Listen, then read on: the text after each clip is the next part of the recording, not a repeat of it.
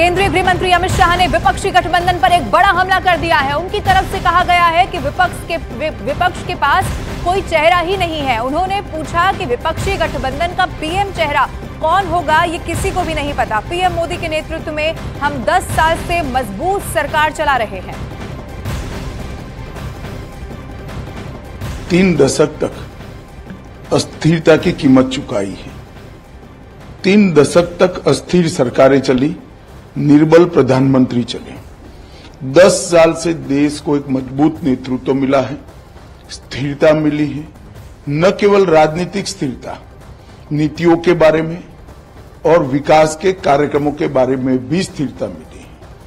अब India alliance अगर ये कहता है कि 1 साल शरद पवार बनेंगे, 1 साल ममता जी बनेगी, 1 साल स्टालिन बनेंगे, कुछ बचेगा तो राहुल जी बन जाएंगे, इस तरह से देश नहीं चलता है।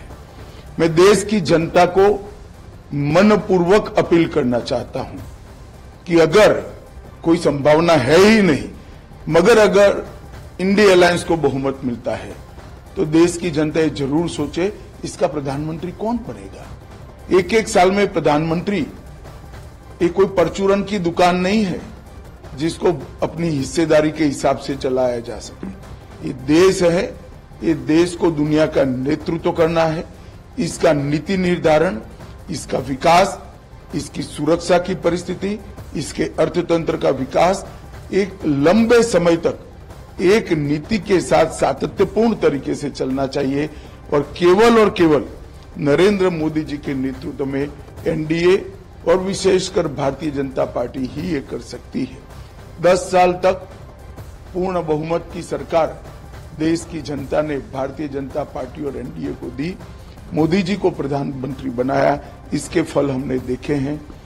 देश सुरक्षित हुआ है, समृद्ध हुआ है, नीति निर्धारण लोकाभिमुख और स्पष्ट हुआ है और दुनिया भर में देश का सम्मान बढ़ा है।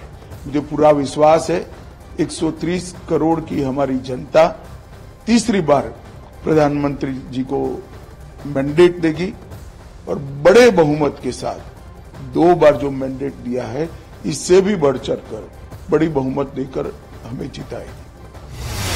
लोकसभा चुनाव की सबसे बड़ी कवरेज